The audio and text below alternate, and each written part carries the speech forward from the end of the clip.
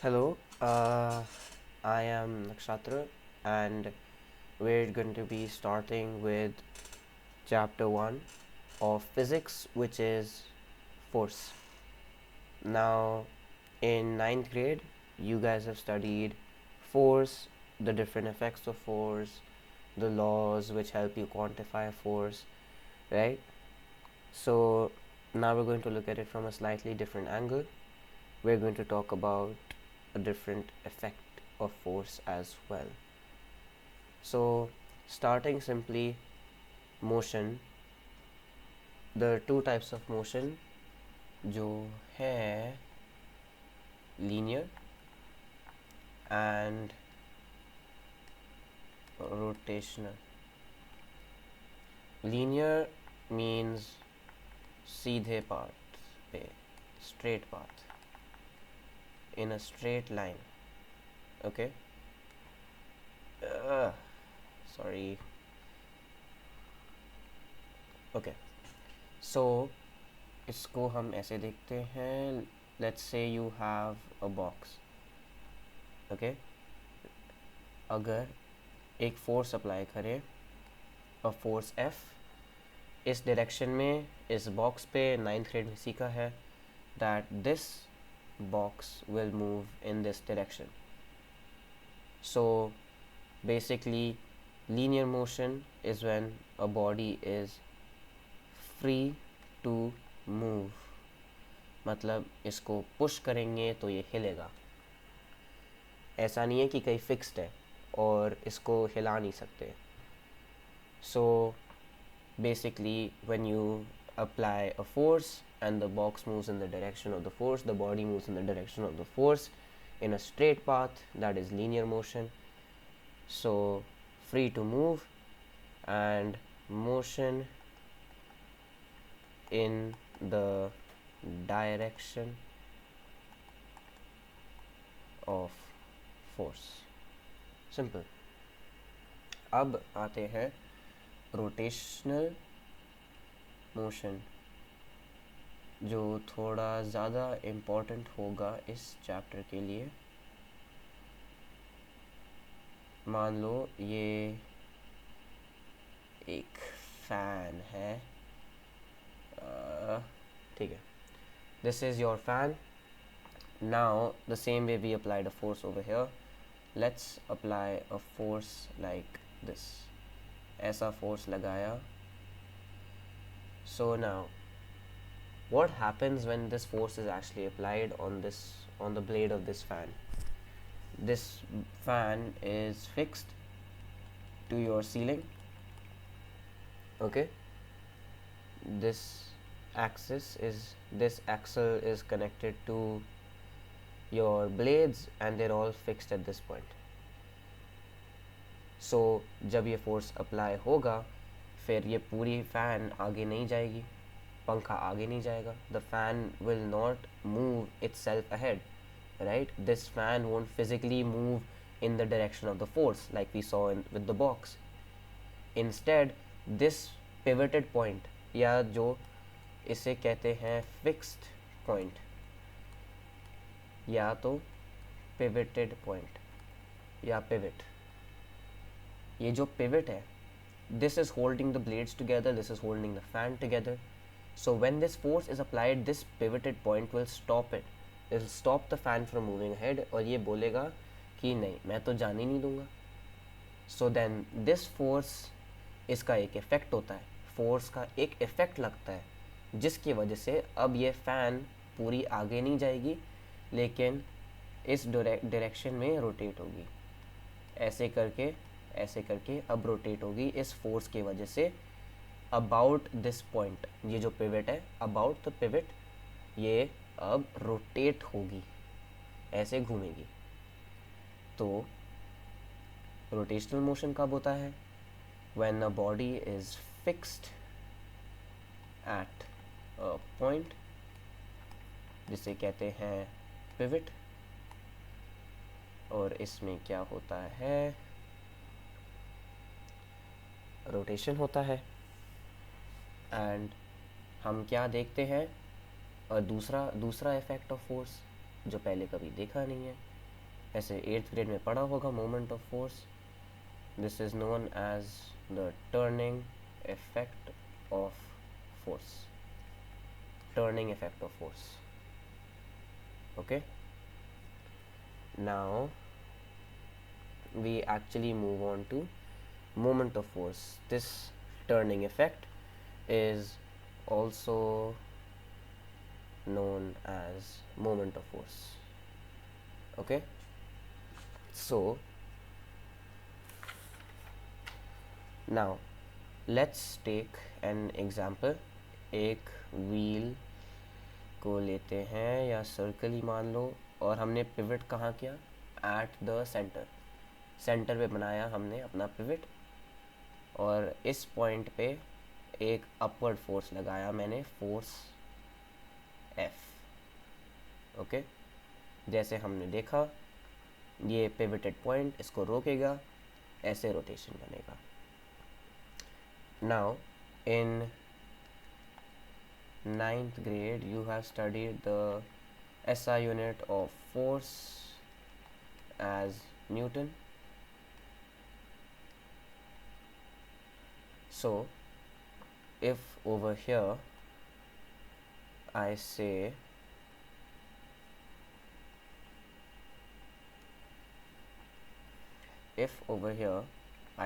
I have applied a force 5 Newton का force लगाया है, और फिर अब मैं वही पहिया लूँ, if I take the same wheel or the same circle, apply the force at the same point.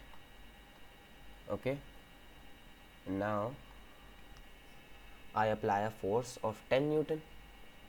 10 Newton के साथ भी क्या होगा? this pivoted point will stop this and it will cause rotation like this. Now tell me, कौन से force में rotation ज़्यादा होगा या टर्निंग इफेक्ट ज़्यादा होगा? इस फोर्स का ज़्यादा होगा, क्योंकि इसमें क्या है, इसमें हमने सिर्फ लगाया 5 न्यूटन, यहाँ पे हमने लगाया 10 न्यूटन, है ना।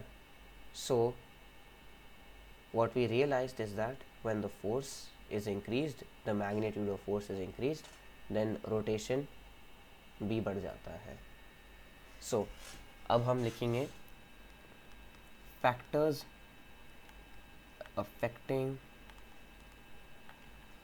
moment of force।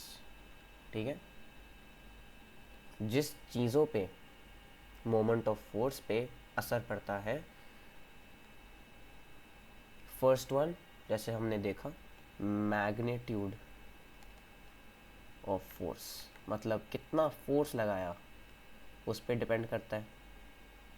अब इसका हम एक और एग्जांपल लेते हैं।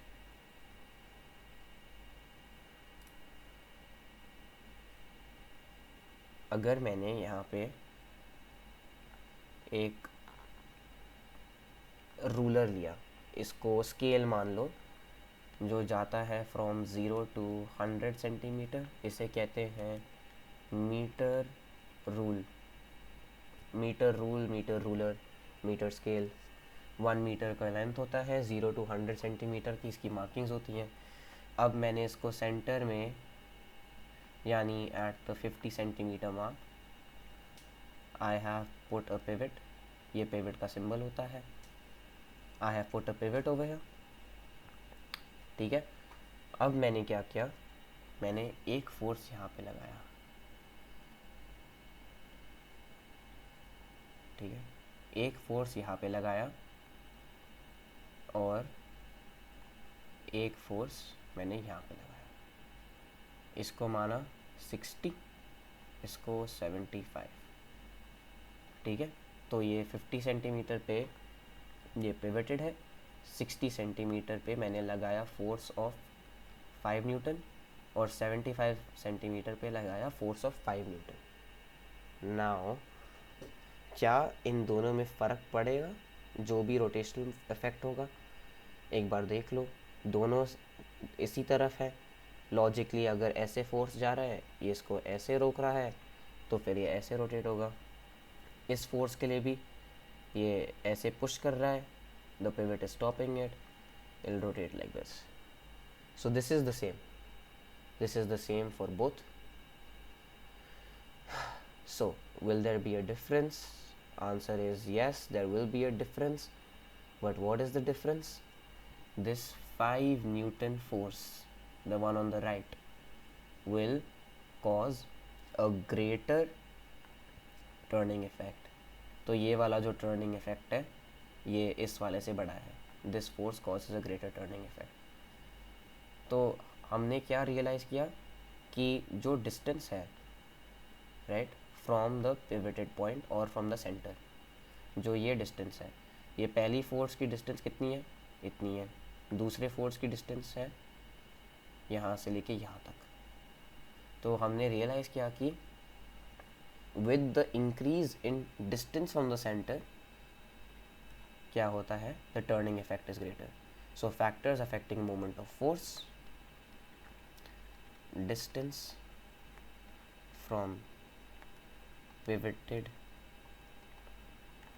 point. Okay.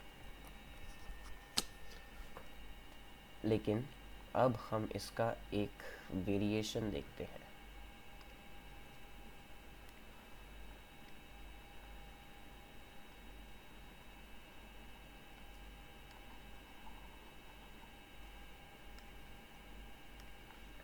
ठीक है, एक और सर्कल बनाया मैंने. ये सेंटर पे I have place the pivot. Over here I will apply a force of 10 Newton. Over here I will apply a force of 10 Newton. Both of them are in the upward direction. Okay, दोनों का direction same है, दोनों का magnitude same है, लेकिन अब distance का मैं नहीं बताऊंगा. Try and find out which force will have greater moment of force and why. अभी देखो फैक्टर्स जिनकी वजह से मोमेंट ऑफ फोर्स पे असर पड़ता है, magnitude of force and distance from the pivoted point.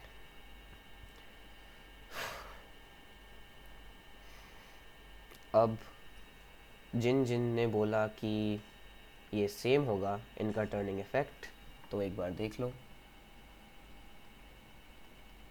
ये जो हमारा डिस्टेंस है वो कितना हुआ, radius of the circle r मान लो. Now this distance is also to a point on the circumference, this will also be r. So what do we realize here, magnitude of force is the same over here, 10 Newton for magnitude of force is the same.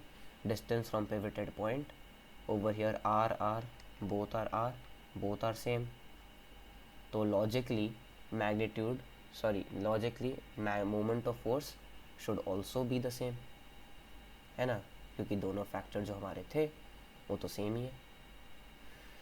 But here is where we realize something. हमें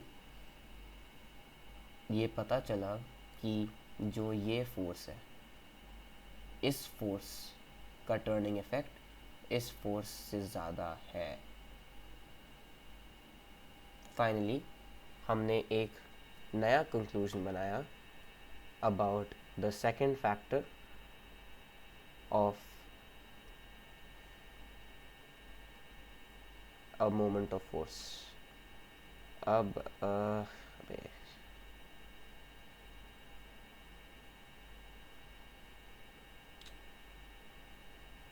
okay,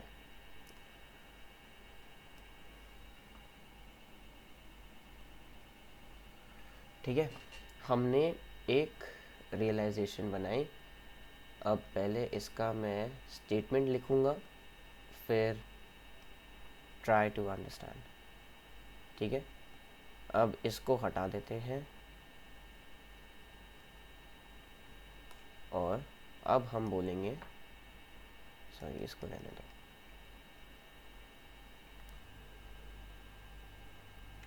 perpendicular distance of the line of action of force from the axis of rotation or pivoted point. ठीक है, भारी भारी भारी sentence, but let's try to understand it. Perpendicular distance हमें पता ही है, दिस मीन्स डिस्टेंस जहाँ से 90 डिग्री का एंगल बनता है.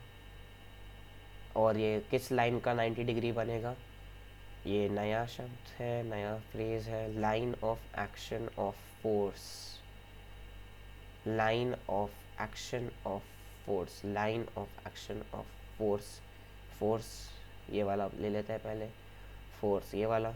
एक्शन ऑफ फोर्स मतलब फोर्स किस तरह से एक्ट कर रही है, इस पॉइंट पर एक्ट कर रही है, इस डायरेक्शन में एक्ट कर रही है, दैट इज़ आवर एक्शन. अब हम देखेंगे line of action of force क्या होता है. हमें पता है इस पॉइंट पे अपवर्ड डायरेक्शन पे एक्ट कर रहा है, तो इसकी हम लाइन बनाएंगे, इस फोर्स की line. Line is always going to infinity. Line मतलब आगे भी इन्फिनिटी तक जाती है, पीछे भी इन्फिनिटी तक जाती है. तो line of action of force हम ऐसे बनाएंगे. ये पूरी जो line of action of force है इस फोर्स की, this is your line of action of force. Okay, अब क्या करेंगे,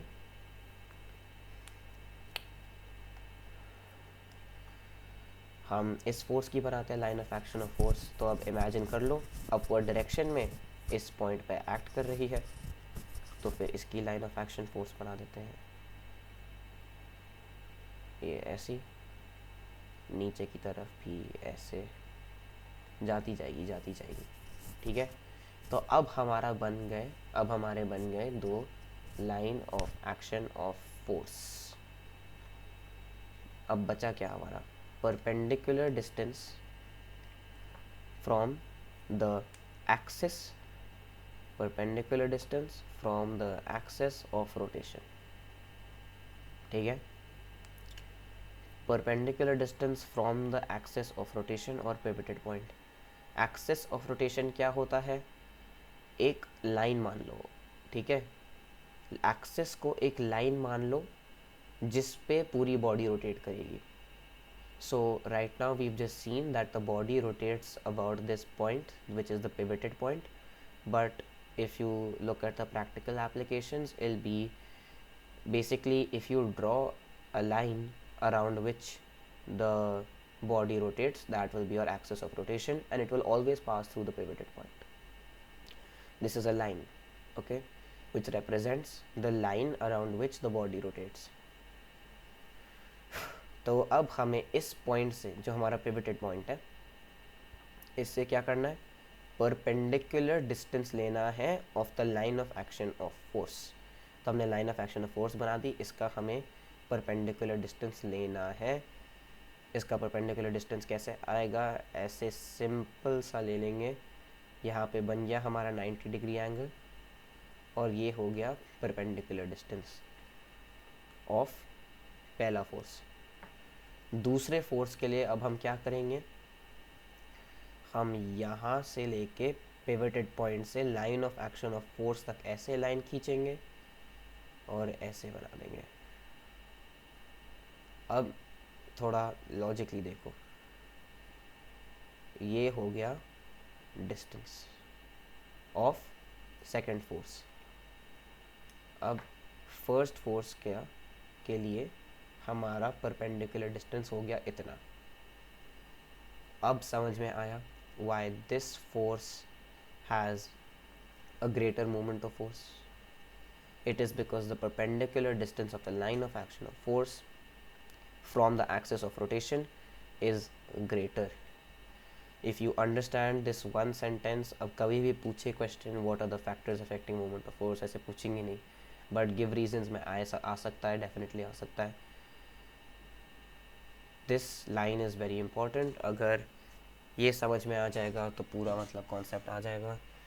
ये चैप्टर पहला चैप्टर है. It is the easiest chapter in the entire physics textbook, and trust me, it's the easiest because if you understand it once, you don't have to study it again.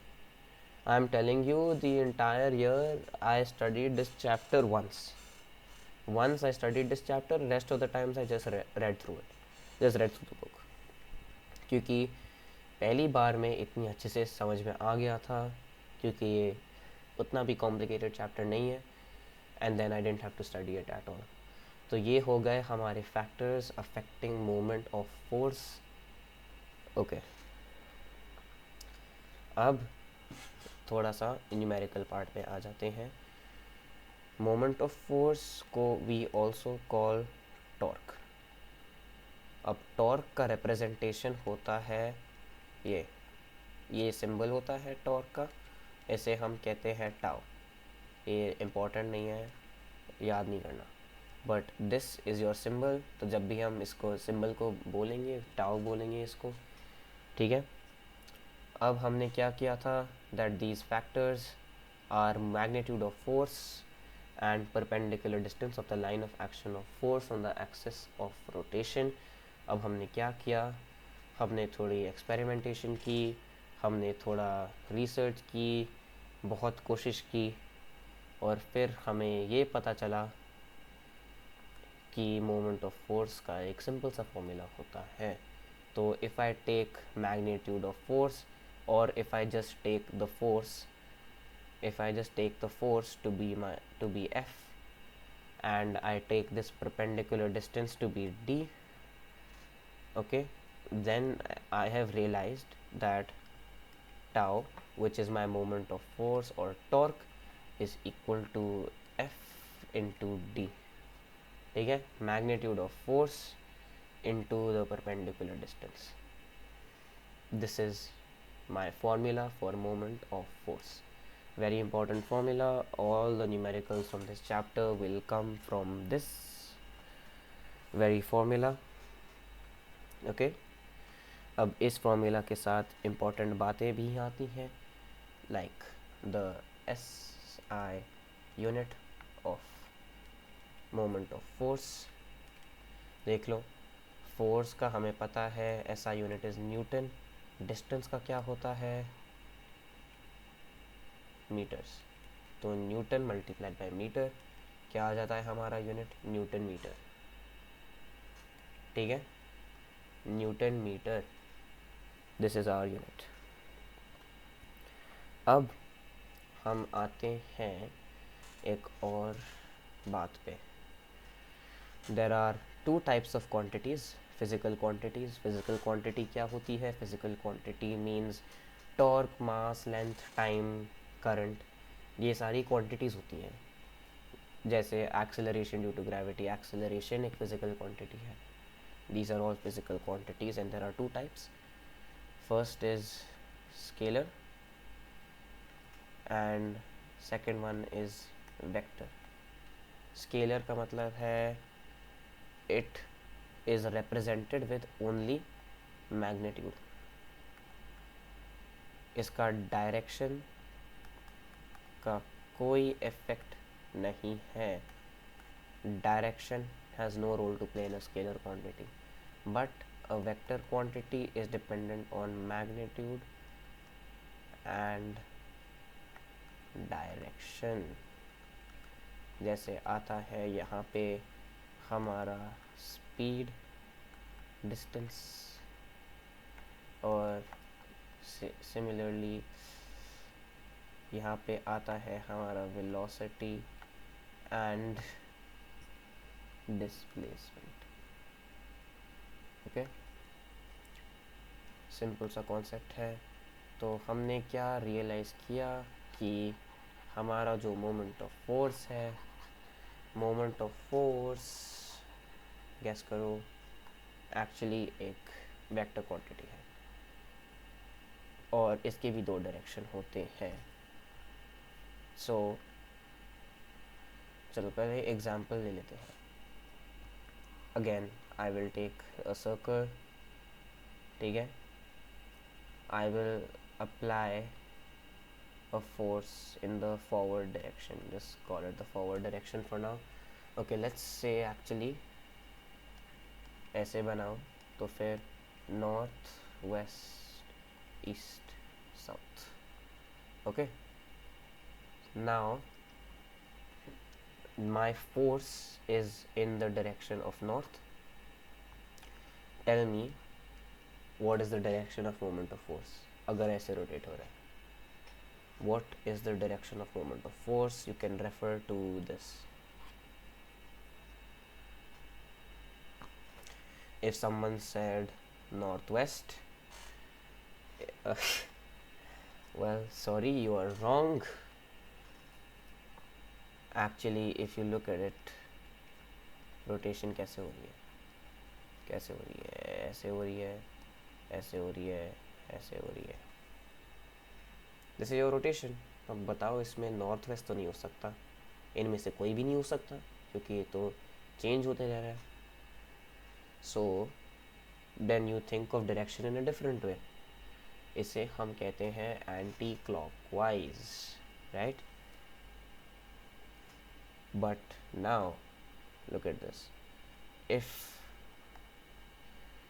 I, right now we've only seen examples from this perspective. If I take my circle and I apply a force like this, अब इसकी direction क्या होगी? ठीक है, इसको पता करने के लिए सिंपल सा लॉजिक यूज़ करेंगे. फोर्स इधर जाना चाहती है, पूरी बॉडी को इधर हिलाना चाहती है, इधर जाना चाहती है फोर्स, बट क्या ये पॉइंट कहती है नहीं अब नहीं जा सकते, so it rotates like this. ठीक है, आते आते आते आते आते ऐसे ऐसे रोटेट होगी, ऐसे रोटेट होगी बॉडी. तो फिर क्या बना हमारा? क्लॉकवाइज. तो हुआ ना direction change, direction changed, and this will impact our moment of force, because you'll see when we talk about multiple forces how it has an impact. Okay, so we have concluded moment of force is a vector quantity.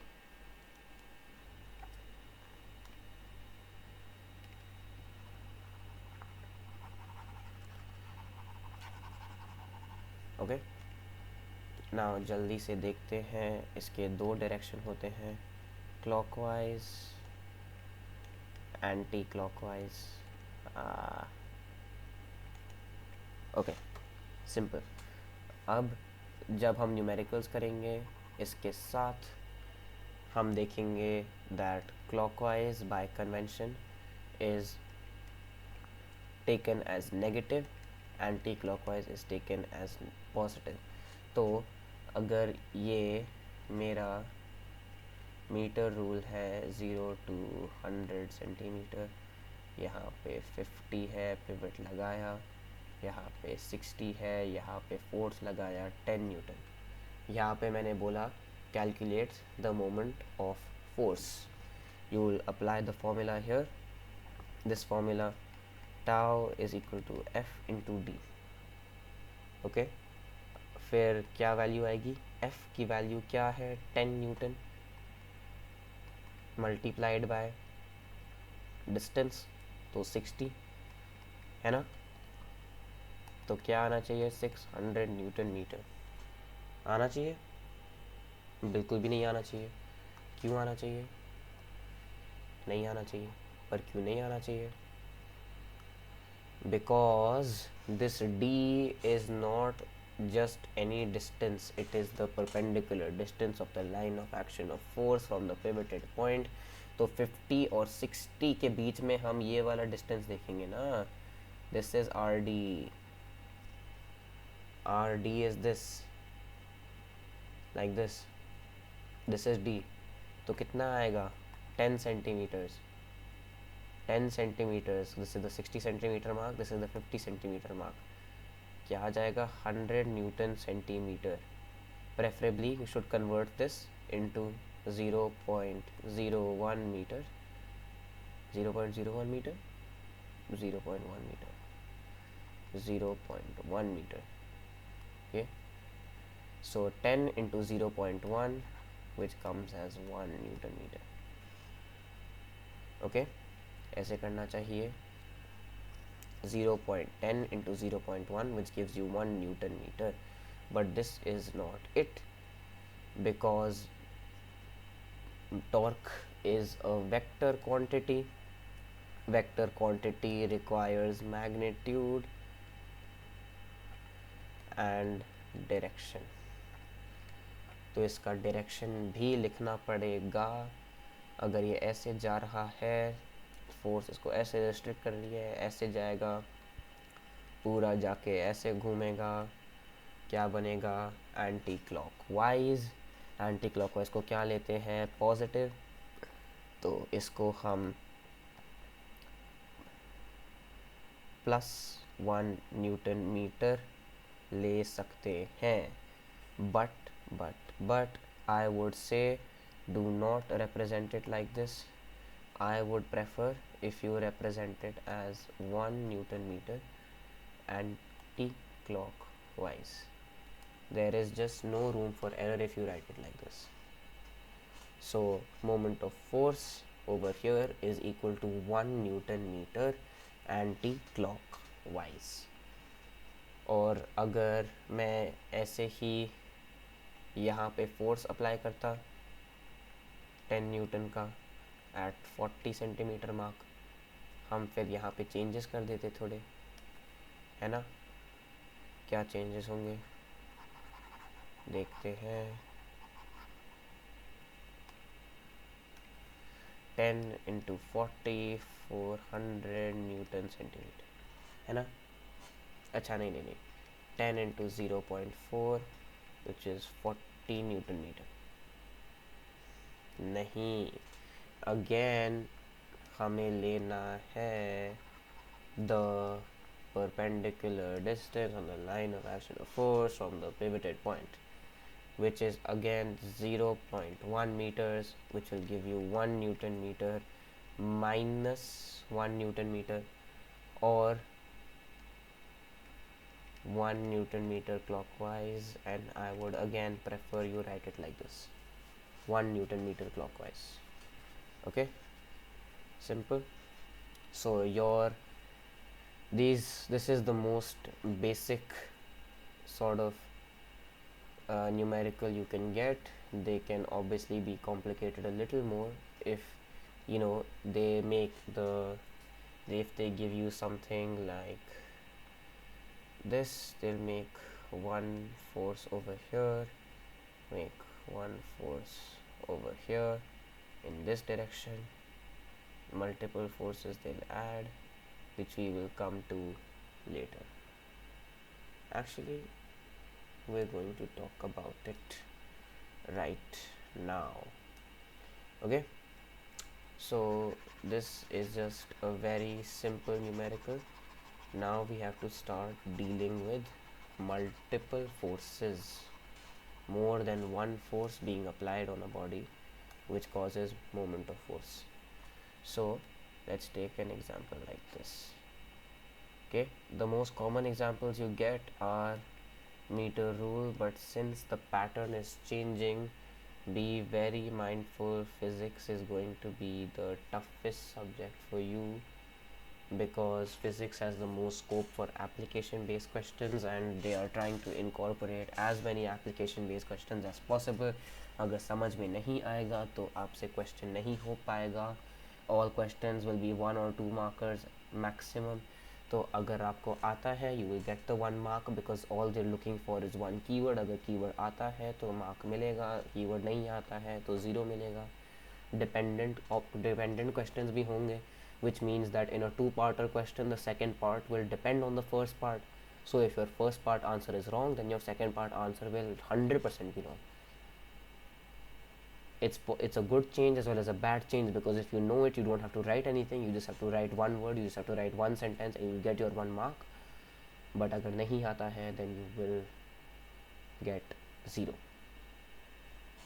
Okay, so you have to understand there are a lot of different questions that can come. I will try my best to make a video just discussing the toughest questions that can come as well. So over here I'm just going to do something very basic. Let's say this is the 70 centimeter mark. I will apply a force of 15 Newton. This is my 35 centimeter mark, and over here I will apply a force of 20 Newton. Okay, let's calculate, and we have to find total or net or resultant torque. Okay, इसके लिए simple method use करेंगे.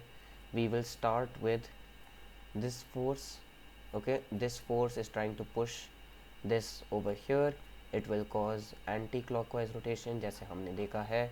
So let's start with tau anti-clockwise, okay, which is equal to F into D. F into D, F is 15 multiplied by D. D कितना होगा? D इतना होगा. कितना हुआ? 20 centimeter. 20 centimeter is how many meters? 0.2. 15 into 0.2 आ गया आपका 3 Newton meter. This is your anti-clockwise. We will write anti-clockwise over here. Okay, now we move on to tau clockwise, which is equal to, which is caused by this force, क्योंकि ये वाला जो force है 20 Newton वाला force, ये इसको इधर push करेगा, ये इसको इधर से रोकेगा, ऐसे क्लॉकवाइज रोटेशन बनेगा. एंड इसके लिए magnitude of force is 20. Perpendicular distance from line of action of force from the pivoted point is 50 minus 35. 35 और 50 के बीच में जो डिस्टेंस होगा वो होगा 15 सेंटीमीटर. 15 सेंटीमीटर कितना हुआ? 0.15 मीटर्स है ना, 0.15 मीटर्स. तो यहाँ पे हमारा कितना आया? 20 इंटू 0.15. ये 0 को हटाओ, ये बन जाएगा 1.5. 2 इंटू 1.5 आ गया 3 न्यूटन मीटर क्लॉकवाइज. अब याद रखना हमने निकालना है tau resultant moment of force, और ये हमेशा होता है tau anti clockwise plus tau clockwise. Okay, तो यहाँ पे हमारा कितना आएगा? 3 plus 3 which is equal to 6 Newton meter. Right? Wrong, क्योंकि again moment of force is a vector quantity. Velocity के साथ भी यही होता है, डिस्प्लेसमेंट के साथ भी यही होता है. उल्टे डायरेक्शन में वेलोसिटी जाएगी या उल्टे डायरेक्शन में डिस्प्लेसमेंट होगी तो फिर उसको नेगेटिव साइन से लिया जाएगा. अभी हमने डिस्कस किया है clockwise is negative. So when we're writing it, I would prefer that you write it like this, obviously. But when it comes to questions, when you have to actually use the value of a clockwise moment of force, you have to take it as negative. So this is tau anti-clockwise plus tau clockwise, where tau clockwise will be negative. So if you don't want to complicate it, you can just take the formula as tau anti-clockwise minus जो भी आया for clockwise. So 3 minus 3 which is equal to 0. Our resultant moment of force is 0. ये दोनों forces एक दूसरे को balance out कर देंगी, कोई मोमेंट कोई रोटेशन नहीं होगी. ठीक है, सिंपल. अब हम आते हैं एग्जाम्पल्स एंड गिव रीजंस. ये थोड़ा important है because see this chapter is comparatively very small. This chapter is comparatively very easy. Okay, the easiest chapter like I said. तो इसका जो भी गिव रीज़न आएगा ना, हायर चांसेस आर कि इसका गिव रीज़न बहुत ट्रिकी है, क्योंकि इसके एग्जाम्पल्स और एप्लीकेशंस बहुत ज़्यादा हैं डेली लाइफ में. मोमेंट ऑफ फोर्स के बहुत ज़्यादा एग्जाम्पल्स और एप्लीकेशंस हैं, कुछ भी आ सकता है. Please be very mindful. तो इसके लिए 3 एग्जाम्पल्स ले लेते हैं. एक व्हील वाला ले लेते हैं, सिंपल सा. एक स्टीयरिंग व्हील मान लो इसको, फोर्स लगाया, सिंपल. एक ये एग्जाम्पल ले लेते हैं ऑफ अ डोर. ये दरवाज़ा है, ये दरवाजे के हिंजेस हैं. ओके.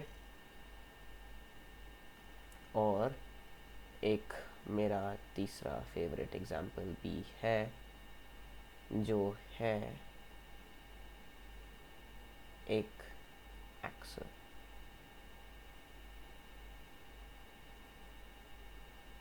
ये मेरा फेवरेट एग्जाम्पल है.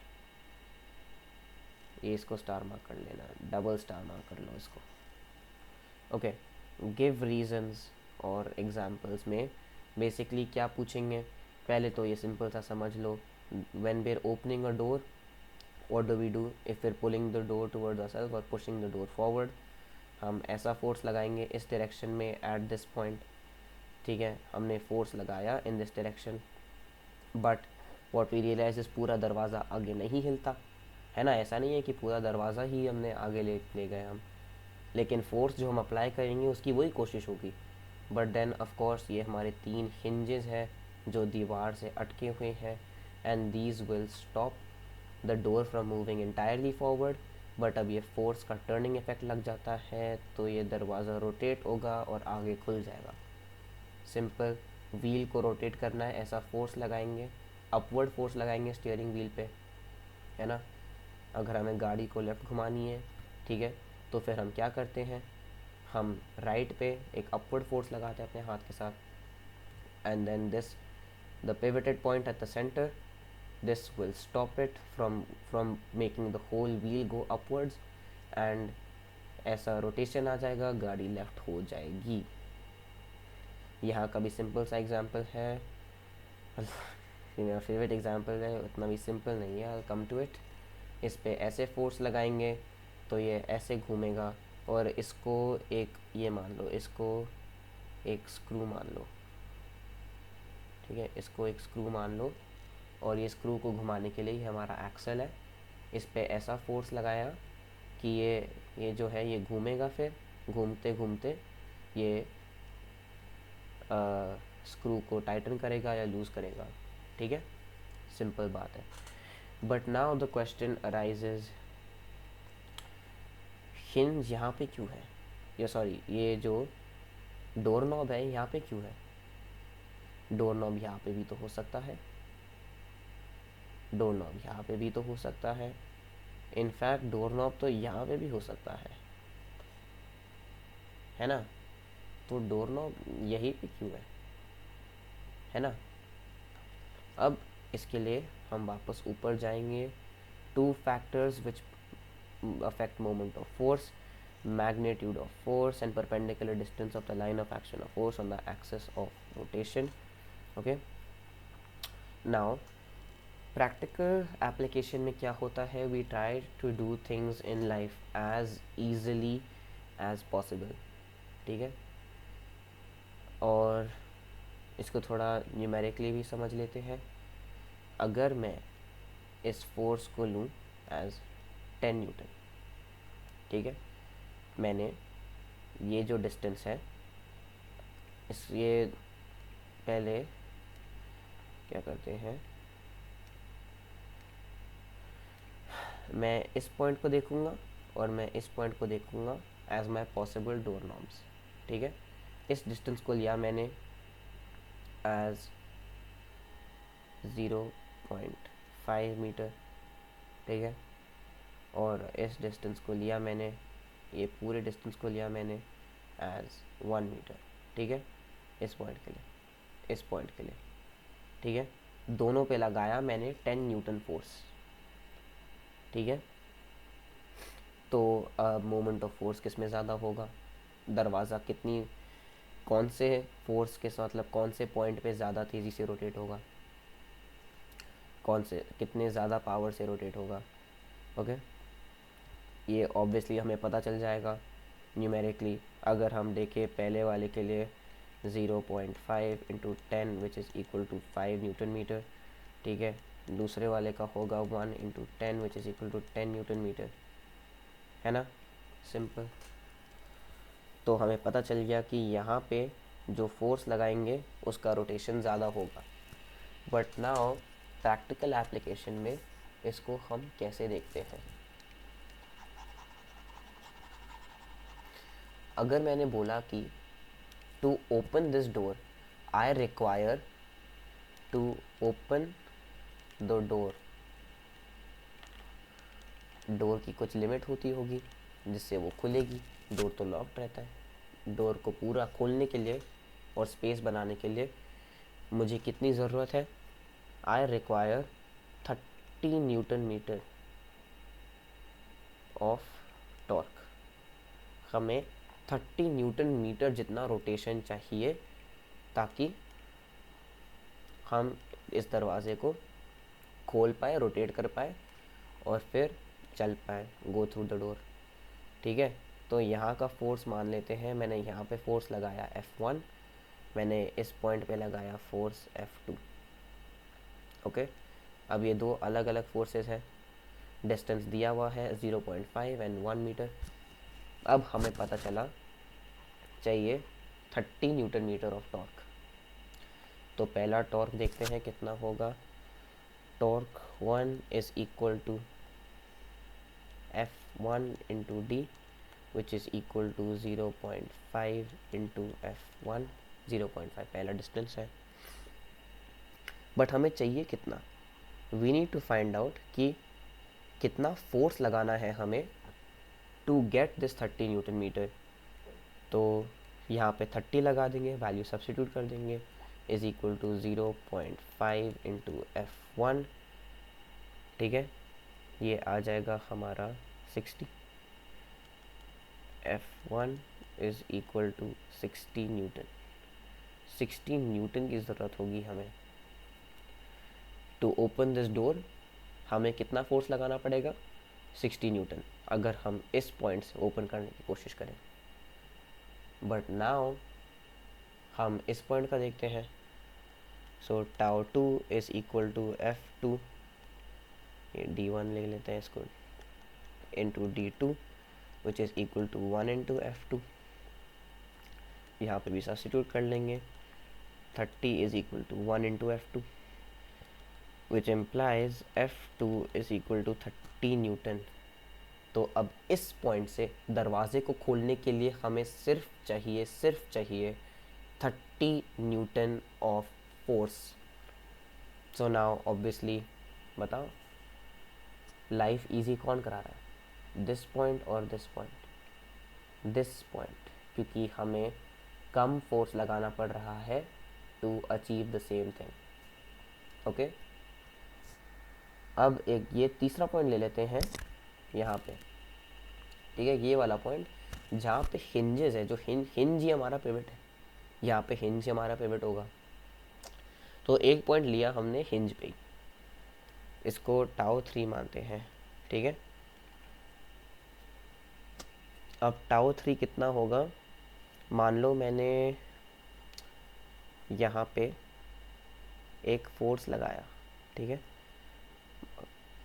जस्ट एज अनदर एग्जांपल, यहाँ पे फोर्स लगाया मैंने 100 न्यूटन का। अब हमें देख लिया कि यहाँ पे डिस्टेंस ज़्यादा है तो इसके लिए कम फोर्स लगनी पड़ रही है for to get the same amount of moment of force.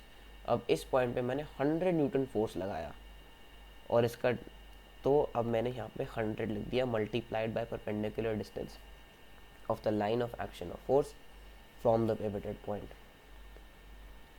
बात यही आ जाती है कि now the perpendicular distance from the pivot is 0 because this point lies on the pivot itself, तो ये 100 into 0 which is equal to 0, कोई rotation नहीं करेगा। तो चाहे किसी में भी एग्जाम्पल में देख ले, अगर मैं यहाँ पे चाहे 5000 न्यूटन का फोर्स लगा दूँ, तभी भी इसका टाउ 0 आ जाएगा, क्योंकि मैं पिवटेड पॉइंट पे फोर्स लगा रहा हूँ या एक्सेस पे फोर्स लगा रहा हूँ, बिल्कुल 0 आ जाएगा, बिल्कुल 0 आ जाएगा। ठीक है। सो नाउ गिव रीज़न के फॉर्मेट में इसको कैसे करना है। अब ये तो हमने न्यूमेरिकली एक्सप्लेन कर लिया है, न्यूमेरिकली मैंने समझाया है so that you can understand, but now looking at it from a give reason point of view. Why is the hinge of a door at the farthest point from the hinges?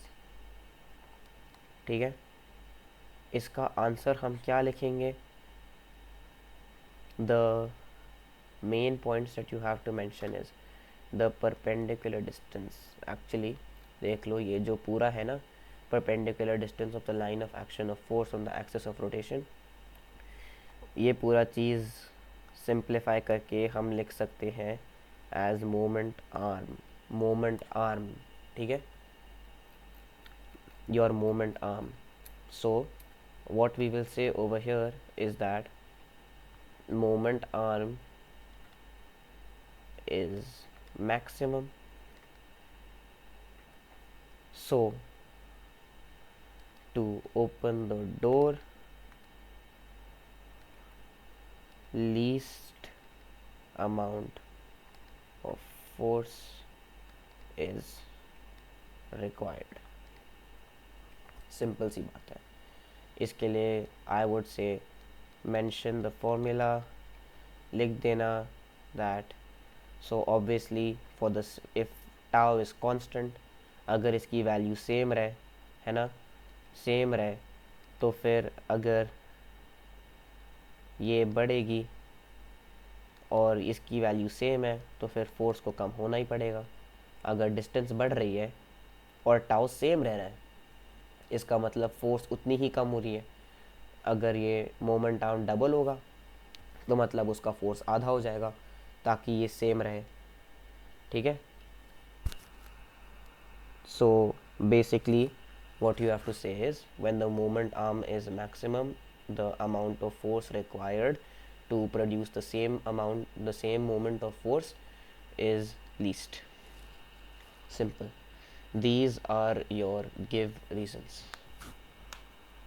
Okay, now let's apply the same thing over here. यहाँ पे क्यों लगाते हैं?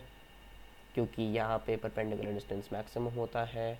यहाँ पे क्यों नहीं लगाते हम? क्योंकि इसका जब line of action of force बनाएंगे, परपेंडिकुलर डिस्टेंस लेंगे, तो इसका मोमेंट आर्म कम आ जाएगा इससे, तो फिर यहाँ पे फोर्स ज़्यादा चाहिए होगी, ज़्यादा ग्रेटर फोर्स चाहिए होगी हमें मोमेंट ऑफ फोर्स बनाने के लिए। ठीक है। अब ये बहुत ही बढ़िया क्वेश्चन है।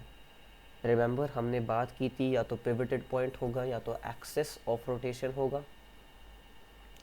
यहाँ पे एक्सिस ऑफ रोटेशन का कॉन्सेप्ट आ जाता है। एक्चुअली मेरे स्कूल में द श्री राम स्कूल रावली, ठीक है, इसके मॉक पेपर में आया था, स्कूल के मॉक पेपर में जो 2025 जनवरी में हुआ था, the physics mock paper, a question came which said, एक ऐसा डायग्राम दिया, फिर एक दूसरा डायग्राम दिया, यही इसी चीज़ को लेके ये स्क्रू लिया। ठीक है, ठीक है। अब उन्होंने ओरिएंटेशन चेंज कर दी। उन्होंने जो एक्सल है ना, एक्सल को अब उल्टा कर दिया, ऐसे कर दिया, ऐसे कर दिया। बस जैसे ही यहाँ पे था इसको बस उल्टा कर दिया और बोला कि इसमें से कौन सा बेटर है, कौन सा यूज़ करना चाहिए और क्यों यूज़ करना चाहिए। इसके लिए अब हमें देखना पड़ेगा एक्सिस ऑफ रोटेशन।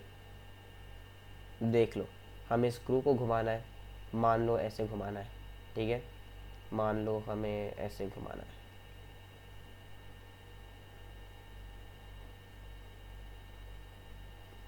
तो फिर हम क्या करेंगे, हम यहाँ पे फोर्स, जैसे हमने यहाँ पे फोर्स अप्लाई किया है इसको ऐसे रोटेट करने के लिए, क्या देखेंगे हम कि ये ऐसे तो रोटेट होगा और ये हमारा पॉइंट ऑफ एप्लीकेशन है। तो हम क्या करेंगे, हम इसमें एक्सिस ऑफ रोटेशन देख सकते हैं, ये पूरा एक्सिस ऑफ रोटेशन होता है, यहाँ पे ये पूरा एक्सिस ऑफ रोटेशन होगा, ये पूरा, इसको रेड से कर लेता हूँ मैं, ये है हमारा एक्सिस ऑफ रोटेशन, ये एक्सिस ऑफ रोटेशन, ठीक है, यहाँ पे एक्सिस ऑफ रोटेशन ये ऐसे हो जाएगा, ठीक है, क्योंकि ये जो एक्सल है ना ये ऐसे घूमेगा, इस पे ही घूमेगा, ठीक है। अब हमें देखना है, अब हमें क्या देखना है, परपेंडिकुलर डिस्टेंस, क्योंकि जिसकी ज़्यादा मोमेंट आर्म होगी उसकी फोर्स कम लगेगी, वो ही ज़्यादा इफ़ेक्टिव होगी। सो ओवर हियर यहाँ का डिस्टेंस हुआ इतना और यहाँ का डिस्टेंस हुआ इतना, ठीक है, अगर हमने यहाँ पे फोर्स अप्लाई किया तो, ठीक है, तो ऑब्वियसली ये D1 ले लेते हैं, ये D2 ले लेते हैं, ऑब्वियसली देख के ही पता चल रहा है D1 is greater than D2, ठीक है। एग्ज़ाम में मॉक पेपर में I got this question wrong, क्योंकि in the paper I got confuse, I started wondering कि एक सेकेंड, लेकिन इसका ये तो इतना ही लंबा है, ये तो इतना ज़्यादा लंबा है, ऐसे लंबा है ना, ये तो यहाँ पे शॉर्ट है बट लेकिन यहाँ से लंबा है, दोनों तो सेम ही है, कैसे होगा। So getting this clear is very important, this is a very good question. फिर और भी एग्जांपल आता है, एक और स्क्रू का ले लेते हैं, स्क्रू का रेंच होता है, रेंच या स्पैनर, है ना, ऐसे होता है, और फिर कहते हैं कि एक रेंच ऐसा है और एक रेंच ऐसा है जो इतना लंबा है, इससे भी ज़्यादा लंबा है, कौन सा बेटर होगा। ऑब्वियसली ये हमारा स्क्रू यहाँ पे होगा, तो फिर जो लंबा होगा उसका मोमेंट आर्म ग्रेटर होगा, फोर्स रिक्वायर्ड कम होगी, तो ये ज़्यादा इफेक्टिव होगा। ये है हमारे गिव रीजंस एंड एग्जांपल्स।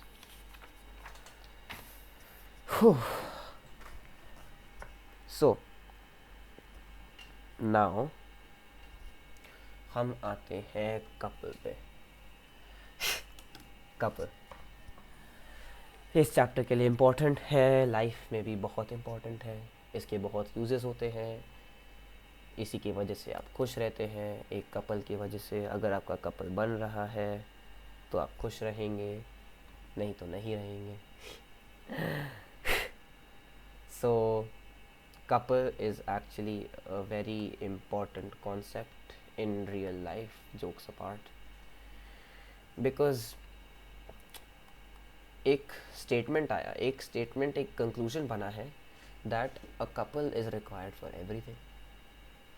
अब हम तो जनरल लाइफ में बोलेंगे no, I can be independent, I can be alone, तो वैसे फोर्सेस को भी लगता है कि just a singular force, a force can be alone, but then physicists physicists proved that actually a force cannot cause rotation on its own, ठीक है, a force cannot cause rotation on its own, मतलब single handedly. A singular force, one, इसको replace कर लेते हैं, one force cannot cause rotation on its own. Okay, then it said every rotation requires a couple. Everything requires a couple. Every rotation requires a couple. Couple मतलब दो forces से, but in a very specific case. Okay, इसके लिए let's try to understand what a couple is. Okay, let's take another example using the meter rule. Okay, pivoted at 50. Over here at 25, I apply a force of 10 Newton. Over here at 75, I apply a force of 10 Newton. Okay, quickly tell me what is going to be the resultant moment of force. Quickly, resultant moment of force. Okay, tell me quickly. It is going to be 0. Okay, because यहाँ का distance है 25, force है 10 Newton. यहाँ का distance है 25, force है 10 Newton. Okay, but now let's look at it slightly differently. Let's say अब ये जो पॉइंट है 25 सेंटीमीटर का, मैंने एक फोर्स ऐसे लगाया डाउनवर्ड्स. ठीक है, डाउनवर्ड फोर्स लगाया मैंने. ठीक है, डाउनवर्ड फोर्स लगाया ये 25 मार्क पे, 25 का जो मार्क है उस पे डाउनवर्ड फोर्स लगाया ऑफ 10 न्यूटन, है ना. Now tell me what will be the resultant moment of force. जल्दी से कैलकुलेट करो. Remember these two forces are opposite. Okay, this force if we take it again like this, north, west, east, south, don't take it like this in your questions. If they might give it, I'm just saying, if they give any directions, I'm just making this so that it's easy for you to understand. Actually, if this is a meter rule, this is considered as upward force which you're applying upwards, and this is considered as downward force.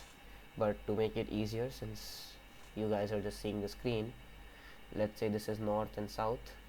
So this force is acting northwards, this force is acting southwards. These forces are completely opposite to each other, and their magnitude is the same, and their distance like this is the same. So now think, if you said that the resultant moment of force is 0, unfortunately that is not the case. Think.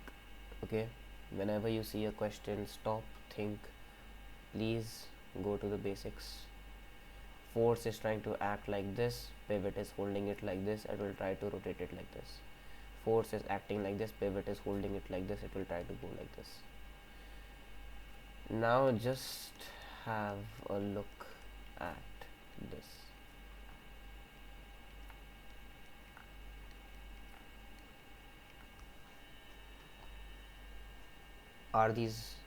Is the rotation crossing itself out? If I took it like this, okay, this would cause rotation like this, this would cause rotation like this, है ना. This would cause rotation like this, this would end up coming here like this, this would cause rotation like this. These are crossing each other out eventually. So what we realize is that over here the forces are opposite, yet the moment of force they produce is in the same direction. Over here forces are in the same direction, but they're producing opposite moments of forces. So here the resultant is 0, right, like we just saw. Let's calculate the resultant moment of force over here. Okay, for this, okay, first identify the direction. Both of them are in anti-clockwise direction, so tau resultant, it will only be anti-clockwise. No need to just say tau anti-clockwise, but this is now going to be the sum of both these moments of forces. This will cause a moment of force, this will cause a moment of force. Both of them are clockwise, so we can simply add them. Sorry, anti-clockwise, so we can simply add them, right? So first one is 25, 10 into 25 plus 10 into 25, which is equal to 250 plus 250, which is equal to 500 Newton centimeter, which is equal to 5 Newton meter. Okay, don't forget, this will become 2.5, so this will become 0.25 plus 10 into 0.25, so 2.5 plus 2.5, 5 Newton meter. Okay, convert it beforehand only and make your life simpler. So this is our resultant, and in fact this is what we call a couple. Physics gives us a very important lesson here about couples. Okay, what should a couple be? First of all, let's see how many forces there should be. 2. Now what we also realize is that if we want a very good couple, then they need to be aligned with each other.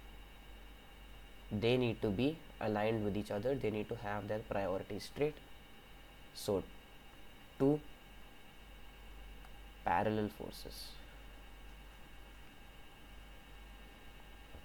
Okay, but now what should it be like?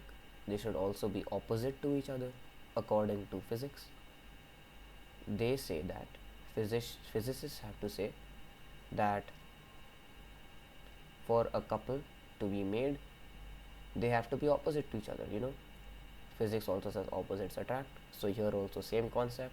2 parallel opposite forces.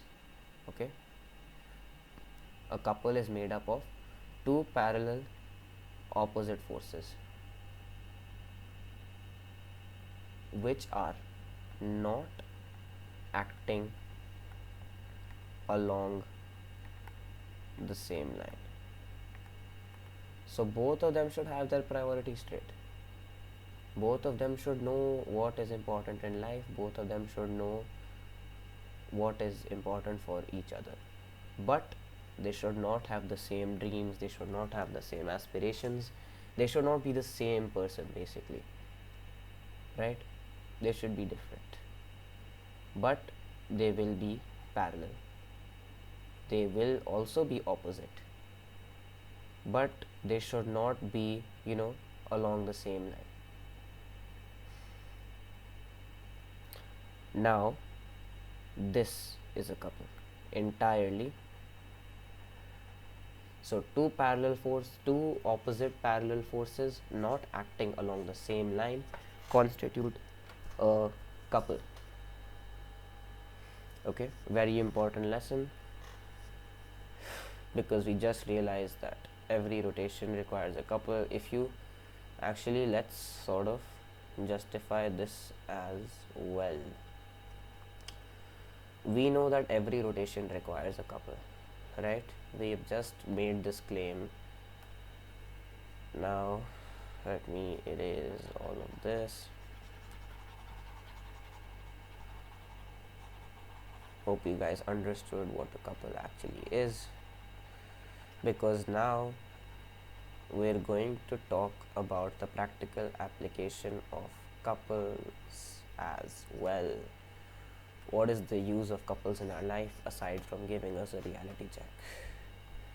uh, well, let's take the door example again. Let's take a door. Okay, door knob is here, hinges are here. Now you'll say, when I want to open a door, I'm just pushing the door knob, I'm just applying one force. Where does the couple come from? Well, actually there is a couple over here now, and this requires understanding of your 9th grade concepts. क्या होता है basically, जब ये force apply होता है, like I told you earlier, you are trying to push the entire door, पूरे दरवाजे को आगे करने की कोशिश कर रहे हो, पर ये जो hinge है ये रोकता है, लेकिन इस रोकने का मतलब क्या होता है? How does the hinge actually stop it? Now think about it logically. ये hinge लगा हुआ है. When you apply a force on the door itself will try to move forward, but now the door will apply a force on the hinges. The door is putting pressure on the hinges because you're trying to push the entire door forward, so the door will now apply a force on the hinges. पहला force क्या था? Human on the door. ठीक है, अब ये तुमने ये push लगाया, ये ही push the door will put on the hinges, है ना? But now what happens is Newton's third law comes into play. Newton's third law. Okay, very important. Newton's third law क्या कहता है? When you apply a force on a rigid body, then the body will apply a force back, which will be equal, and it will be a reaction force of the same magnitude, but the direction will be opposite, and the force will be applied on the body which was first applying the force. So basically एक reaction force लगेगा, है ना? Reaction force of hinges. तो अब ये दरवाजे ने hinges पे ये फोर्स लगाया, तो अब हिंजेस ने क्या किया? हिंजेस ने अपना रिएक्शन फोर्स लगाया ऑन द डोर, ताकि ये पूरा दरवाज़ा आगे ना जाए. Reaction force of hinges on the door. तो अब सोचो, ये था डोर, ठीक है, इसको लेबल कर लेते हैं, ठीक है, F2. तो ये है हमारा F1, ये है हमारा F2. अब क्या हुआ? ये हिंजेस ने रिएक्शन फोर्स लगाया ऑन द डोर, है ना? और क्या लगाया? ये फोर्स F3 हिंजेस ने लगाया ऑन द डोर. तो नाउ ढंग से देखो, यहाँ पे कपल बन रहा है कि नहीं बन रहा है? F1 को देखो और F3 को देखो और तब समझ में आएगा. इनको एक्सटेंड करेंगे, वे कभी मिलेंगे नहीं, सो दे आर पैरेलल. पैरेलल तो है, दो फोर्सेस हम देख रहे हैं, तो ये दो फोर्सेस है. F2 को क्यों काउंट नहीं करेंगे यहाँ पे? क्योंकि F2 force is applied by the door on the hinges. हमें रोटेशन चाहिए ऑन द डोर, हम डोर को रोटेट कर रहे हैं, so we will not see the force applied by the door, but we will look at the forces applied on the door, okay, which is F1 and F3, which are two forces, they are parallel. अब direction देख लो, इसका direction ऐसे है नीचे, इसका direction ऐसे है ऊपर, ठीक है? या फॉरवर्ड और बैकवर्ड मान लो, दरवाजे को फॉरवर्ड पुश कर रहे हैं खोलने के लिए, but the hinges are now applying a force backward, ताकि ये पूरा डोर आगे ना जाए. अब इससे क्या हो रहा है? यहाँ पे ये फोर्सेस एक दूसरे को एक दूसरे पर एक्ट कर रही हैं, है ना। और अब ये पूरे दरवाजे को आगे जाने नहीं ही दे रहा, तो फिर क्या होगा, टर्निंग इफेक्ट होगा।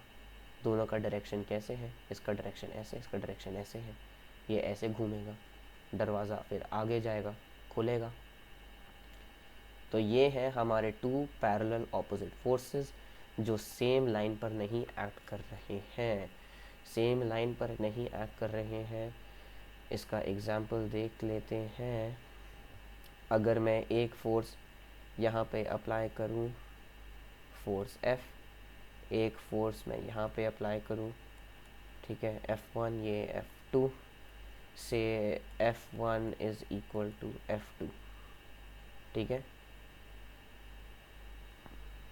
और सॉरी एक कंडीशन भूल गया मैं, इसको रीराइट कर लेते हैं। एक कंडीशन मैं तो भूल ही गया बताना, it has to be two equal and opposite, ठीक है, पैरेलल फोर्सेस, ठीक है, two equal and opposite parallel forces, equal and opposite. तो यहाँ पे देख लो, यहाँ पे जो फोर्स F1 है वो पूरे दरवाजे को आगे आगे पुश करेगा। अब यही फोर्स से जो दरवाज़ा आगे जा रही है, that same force will be applied on the hinges, है ना। टेक्निकली यही फोर्स है, बट अब ये डोर लगा रहा है हिंजेस पे, है ना, तो इनकी मैग्नीट्यूड सेम है, इनकी मैग्नीट्यूड सेम हो गई, ये इक्वल हो गए। अब इसके बाद क्या हुआ, ये F2 है ना, F2 ने लगाया हिंजेस पे, हिंजेस ने रिएक्शन फोर्स लगाया डोर पे। न्यूटन थर्ड लॉ से पता ही है that they are equal, so F1 is equal to F2, है ना। Then by Newton's third law F2 is equal to F3, therefore F1 is equal to F3, two equal and opposite forces, two equal and opposite parallel forces not acting along the same line। यहाँ पे F1 is equal to F2 मान लिया, direction भी opposite है, ये दोनों parallel भी होंगे, but they are not acting along the same line. और अर्ध, क्योंकि दोनों का line of action of force बनाएंगे, परपेंडिकुलर डिस्टेंस लेंगे, बट क्या हुआ, ये दोनों इवेंचुअली यहाँ पे एक्ट कर रहे हैं, तो इनका डिस्टेंस कैसे हुआ, इनका डिस्टेंस d हुआ। Let's look at it numerically, है ना। So if you say τ1 is equal to F1 into d, लेकिन इसका डायरेक्शन क्या होगा, हमारा ये पिवट यहाँ पे है, सेंटर यहाँ पे हमारा, ये फोर्स ऐसे एक्ट कर रहा है, this will produce rotation like this. F2 बल्कि ये ऐसे एक्ट कर रहा है ना, इसका ऐसे है, ये ऐसे रोटेट करेगा, so F1 will be F1 into D clockwise, हाँ clockwise, and τ2 will be F2 into D which is anti clockwise, है ना। और फिर हम क्या देखेंगे, tau resultant which is equal to F2 into D minus F1 into D, क्योंकि F1 into D तो क्लॉकवाइज है। अब हम क्या करेंगे, d को कॉमन ले लेंगे, d तो सेम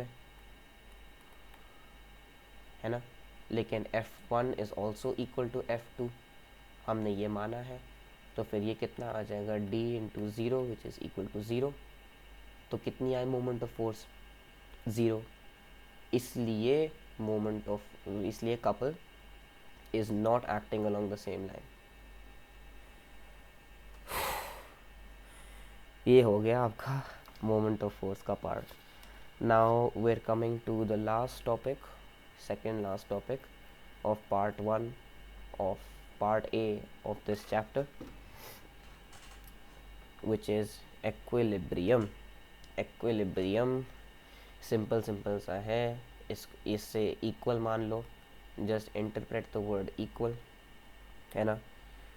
इसी से आपको मतलब पता चल जाएगा। मान लो ये बॉक्स है, ठीक है, and you studied about this in 9th grade.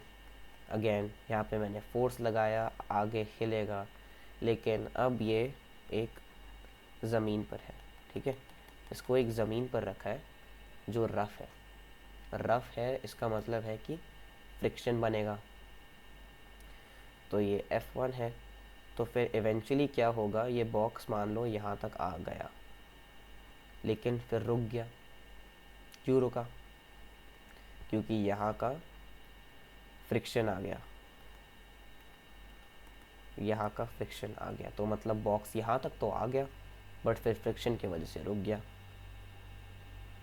But अब मान लो एक बहुत भारी बॉक्स है ना, और हम इसको हिलाना चाहते हैं, इसलिए हमने फोर्स लगाया, बट अब ये फ्लोर पर है, ये आगे जा ही नहीं रही। आगे क्यों नहीं जा रही? क्योंकि यहाँ का जो फ्रिक्शन है वो वापस इस पे एक्ट कर रहा है, इस पे एक्ट कर रहा है फ्रिक्शन, इसको आगे जाने ही नहीं दे रहा, जाने ही नहीं दे रहा। तो इस सिचुएशन में क्या हो रहा है, स्टैटिक एक्विलिब्रियम। एक्विलिब्रियम के दो पार्ट्स होते हैं, static and dynamic. Static equilibrium जैसे न्यूटन का फर्स्ट लॉ है ना, if a body is at rest it will stay at rest unless force is applied. Static equilibrium क्या कहता है कि if a body is at rest, but rest पे होते हुए भी, even if it is at rest and multiple forces are applied, जैसे यहाँ पे एक फोर्स नहीं है, एक फोर्स है, दूसरा फोर्स भी है फ्रिक्शन का। If these two forces are applied and the body is still at rest, body was originally at rest, लेकिन हमने फिर ये फोर्स लगाया, जैसे ये फोर्स लगाया फ्रिक्शन का फोर्स भी ऐड करने लग गया, and we realise that multiple forces are acting, multiple forces are acting, but still the body is at rest, still the body is at rest. This is static equilibrium. Okay, static equilibrium. इसका एक दूसरा example भी देख सकते हैं। एक बहुत simple example है which you have done in 9th grade as well. अगर एक बुक है हमारे पास, अगर एक पहले एक टेबल बना लेते हैं। अगर ये टेबल है, अगर ये हमारा टेबल है, टेबल पे मैंने एक बुक रखा, ठीक है, ये बुक रखा मैंने, ये बुक रखेंगे तो फिर अब ये इसका वेट नीचे एक्ट करेगा, बुक पे फोर्स लगाएगा, सॉरी टेबल पर फोर्स लगाएगा। टेबल क्या करता है, टेबल रिएक्शन फोर्स लगाता है ताकि, और बुक को रेस्ट पे रखता है।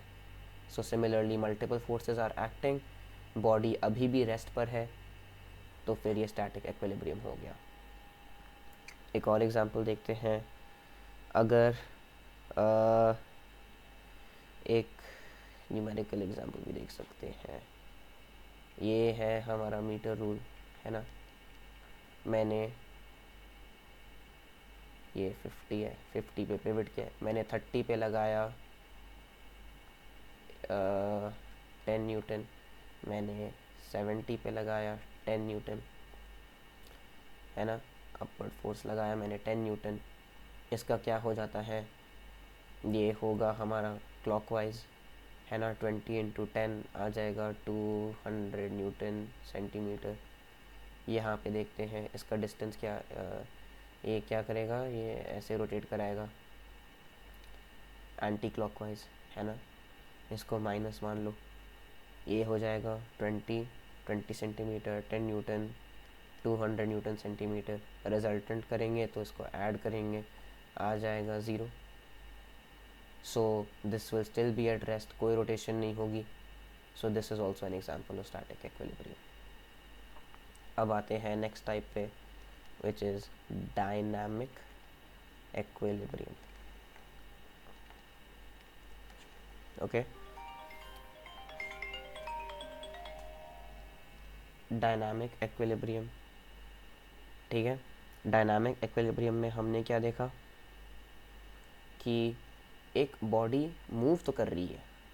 ठीक है, जैसे एक बॉल है. ठीक है, मान लो कोई बॉल है, बॉल रोल कर रही है, आगे जा रही है, आगे जा रही है, आगे जा रही है. ठीक है, लेकिन हमने डायनामिक इक्विलिब्रियम में क्या नोटिस किया कि ये जो जिस स्पीड से जा रही है ना, ये सेम स्टेट ऑफ मोशन में रहता है basically. Again Newton's force law में जैसे देखा था कि अगर फोर्स अप्लाइड नहीं है, then the state of motion, either the state of rest or state of motion will remain the same unless an external force is applied. है ना, the state of rest or state of motion will stay the same. तो यहाँ पे state of motion will stay the same. State of motion is the same. लेकिन state of motion होता क्या है? state of motion के अंदर दो चीज़ें आती हैं. एक है स्पीड, ठीक है, और दूसरी होगी डायरेक्शन. ठीक है, तो अब हमने क्या रियलाइज़ किया कि डायनामिक इक्विलिब्रियम को, मतलब किसी मोशन को डायनामिक इक्विलिब्रियम तब कहते हैं जब मल्टीपल फोर्सेस ऐड कर रहे हो. यहाँ पे भी मल्टीपल फोर्सेस होंगी. ठीक है, यहाँ पे भी मल्टीपल फोर्सेस होंगी, लेकिन यहाँ पे स्टेट ऑफ मोशन सेम रहेगा. मतलब स्पीड और डायरेक्शन इस बॉल की सेम रहेगी. ठीक है, तो वापस वो एग्जांपल ले लेते हैं. ठीक है, एक थोड़ा सा प्रैक्टिकल एग्जांपल ले लेते हैं.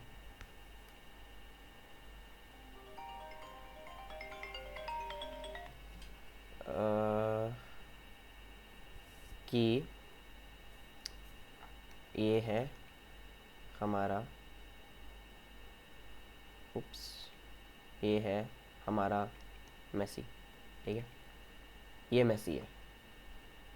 ठीक है, मेसी के पैरों में है बॉल. अब मेसी क्या कर रहा है? मेसी पैरों से किक कर रहा है, बॉल को आगे लेते जा रहा है. लेकिन क्या हो रहा है कि हर बार वो किक कर रहा है, बॉल तभी भी सेम स्पीड से जा रही है. जैसे बॉल जाती रहेगी, जाती रहेगी, बॉल की स्पीड सेम रहेगी. ठीक है, लेकिन ऐसा क्यों होता है? अगर ये किक कर रहा है और किक करते जा रहा है, करते जा रहा है, किक करते जा रहा है, तो फिर हमने सीखा है कि जब तक फोर्स अप्लाई हो रही है तब तक एक्सेलरेशन भी होता है. एक्सेलरेशन हो रहा है तो फिर स्पीड भी बढ़नी चाहिए. लेकिन यहाँ पे वापस मेसी जब फील्ड पे ड्रिबल कर रहा है, वो फ्रिक्शन के अगेंस्ट ड्रिबल कर रहा है. फ्रिक्शन उसके अगेंस्ट फोर्स लगाती है, बॉल के अगेंस्ट फोर्स लगाती है. तो जब भी मेसी किक करेगा, फ्रिक्शन भी एक्ट करेगी.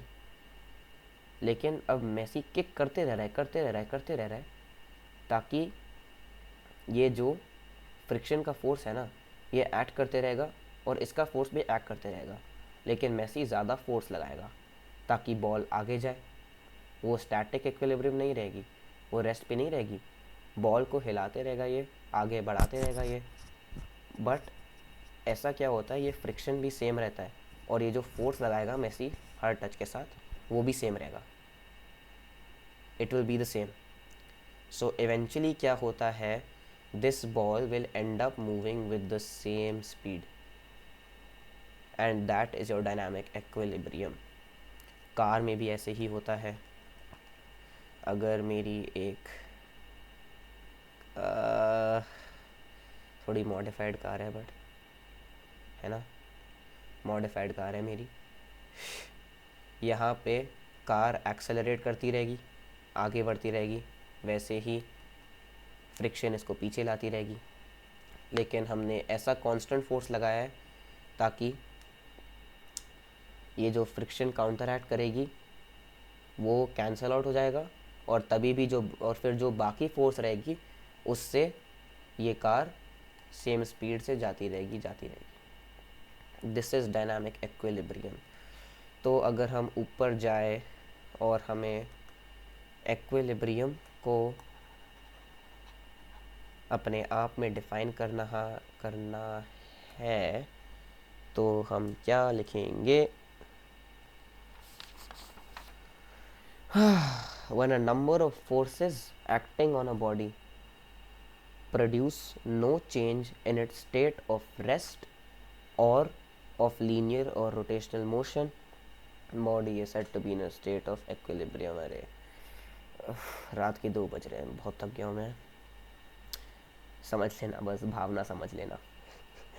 वैसे डेफिनेशन पूछेंगे नहीं, पैटर्न चेंज हो गया है, रिमेंबर कुछ डेफिनेशन नहीं पूछेंगे वो. और ये कपल की बात जो मैंने बताई है, जो मैंने समझाया है कि दरवाजे में प्रैक्टिकल एप्लीकेशन में कपल कहाँ होता है, कैसे होता है, बहुत इंपॉर्टेंट है. आई डोंट थिंक आज तक इन्होंने इस पे कुछ पूछा है, लेकिन क्योंकि वो हर साल वही सेम चीज़ करते थे, they would ask the same, give reasons, they would ask the same type of numericals. But in 2025, which is this year, which is the year I have given the board exam and humbly gotten 100 in the exam, I have realized they will ask out of the box questions.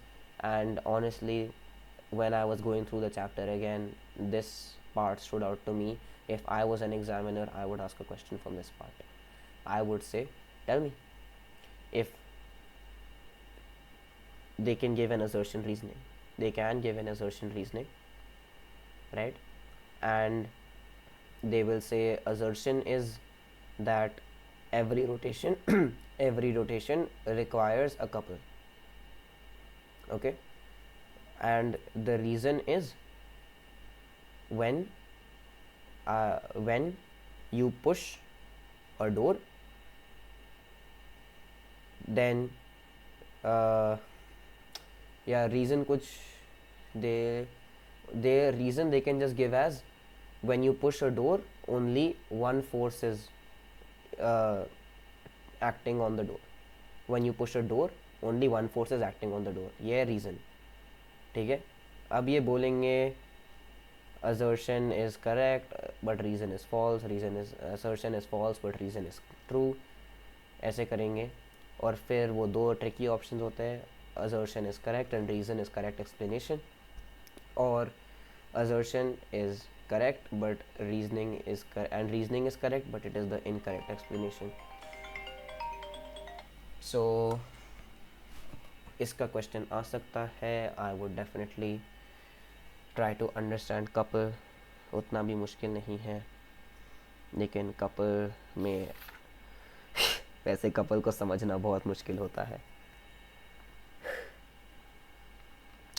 Last पे आते हैं, बड़ी जल्दी से कर लेते हैं. Principle of moments simple है. हमने कैलकुलेट कर लिया टाउ एंटी क्लॉकवाइज. ठीक है, हमने कैलकुलेट कर लिया टाउ क्लॉकवाइज. हमें क्या करना है, हमें क्या चाहिए? We want equilibrium. ठीक है, तो हमने ये मीटर रूल लिया वापस, 0 to 100 50. ठीक है, यहाँ पे फोर्स अप्लाई किया, यहाँ पे कुछ फोर्स अप्लाई किया. हम चाहते हैं लेकिन मल्टीपल फोर्सेस अप्लाई करने के बाद भी ये अपने सेम स्टेट में रहे, स्टेट ऑफ रेस्ट में रहे. मान लो स्टैटिक इक्विलिब्रियम चाहिए हमें, वी वांट इक्विलिब्रियम. यहाँ पे स्टैटिक इक्विलिब्रियम चाहिए हमें, तो फिर हम क्या बोलेंगे? मोमेंट ऑफ फोर्स से कैसे रिलेट करेंगे?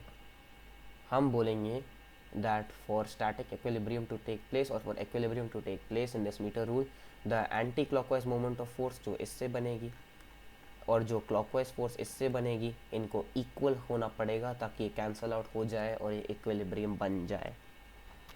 सिंपल सी बात है.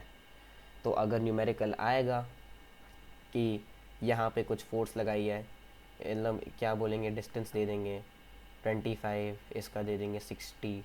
ठीक है, बोल देंगे ये 10 न्यूटन है, ये एफ है. फिर बोला कि this metre rule is at rest. ठीक है, इज़ एट रेस्ट मतलब एक्विलिब्रियम में है, एक्विलिब्रियम में है मतलब tau anti clockwise equals to tau clockwise, तो फिर एफ की वैल्यू इसी से निकाल लेंगे, ठीक है। ऐसा न्यूमेरिकल आएगा। Definitely look at the solved examples from your book if you want more understanding on these numericals. I will try to make a video for just numericals and questions. Now finally we can write two conditions for equilibrium, ठीक है। Sum of all forces should be 0, ठीक है। अब मैंने ये box लिया, या actually कुछ फन एग्जांपल लेते हैं। ये है राज, ये है ताज, ठीक है। राज और ताज के बीच में हुई लड़ाई, उन्होंने बोला विनर डिसाइड करेंगे हम विद टग ऑफ वॉर, ठीक है। तो दोनों ने टग ऑफ वॉर खेला, टग ऑफ वॉर खेला और सोचा कि जो भी जीतेगा वो विनर है, दूसरा लूज़र है।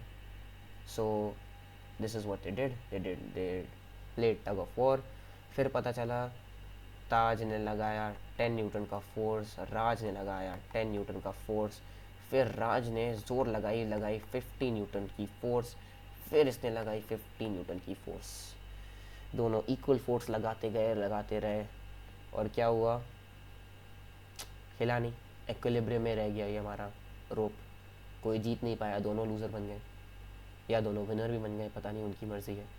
So what we realise is, यहाँ का टोटल फोर्स ऐड कर लो, टोटल में इसने लगाया 60 न्यूटन इस डायरेक्शन में, इसने लगाया 60 न्यूटन इस डायरेक्शन में। Force is also a vector quantity, मतलब प्लस माइनस होता है, मतलब डायरेक्शन ऑपोजिट होती है तो दोनों का साइन फ़र्क होगा, साइन में फ़र्क होगा। तो एक पॉजिटिव एक नेगेटिव इक्वल है, डायरेक्शन पूरी ऑपोजिट है इनकी, तो फिर इनका रिज़ल्ट आ जाएगा ज़ीरो। सम ऑफ ऑल फोर्सेस जब ऐड करेंगे, एक को पॉजिटिव लेंगे एक को माइनस लेंगे, सम ऑफ फोर्सेस 0 आ जाएगा। फिर दूसरी कंडीशन है algebraic sum of moments of all forces should be 0, ठीक है। इसके लिए हम ऐसा एग्जाम्पल लेंगे, वापस मीटर रूल ले लेते हैं, जो एग्जाम्पल लिया था हमने ऊपर ही आ जाते हैं। इसके लिए क्या होना चाहिए, इस फोर्स का मोमेंट इस फोर्स का मोमेंट का सम कर देंगे, ठीक है। मान लो हमने यहाँ पे फिर, ठीक है, मल्टीपल फोर्सेस ले ली, ठीक है। हमने तो देख ही लिया कि tau clockwise should be equal to tau anti clockwise, है ना। तो फिर ताकि दोनों को ऐड करेंगे, क्योंकि if tau anti clockwise is equal to tau clockwise, then tau resultant जो आएगा, जो हमने देखा है tau anti clockwise minus tau clockwise, वो 0 आ जाएगा क्योंकि ये दोनों इक्वल है ना।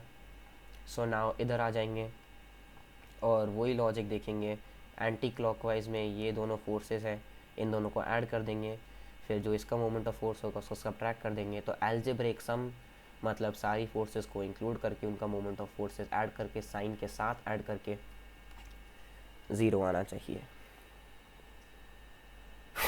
फिर हो जाएगा आपका equilibrium. And this is the end of part A of the chapter. It is the biggest part of the chapter actually. इसके बाद you will have center of gravity, very small topic, and then uniform circular motion, two very small topics which you will find in the next video.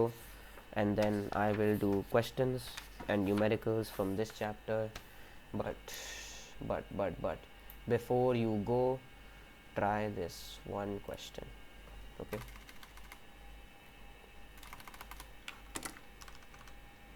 Okay, my assertion is, even if net force is 0, even if net force is zero,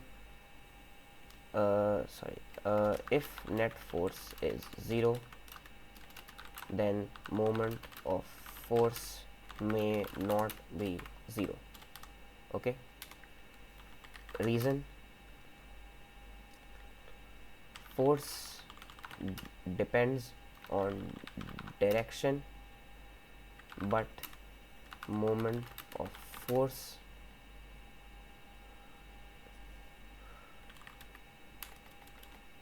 depends on direction as well as point of application of the force. ठीक है, options are assertion is true but reason is false, assertion is false but reason is true, assertion and reason are true but reason is not the correct explanation,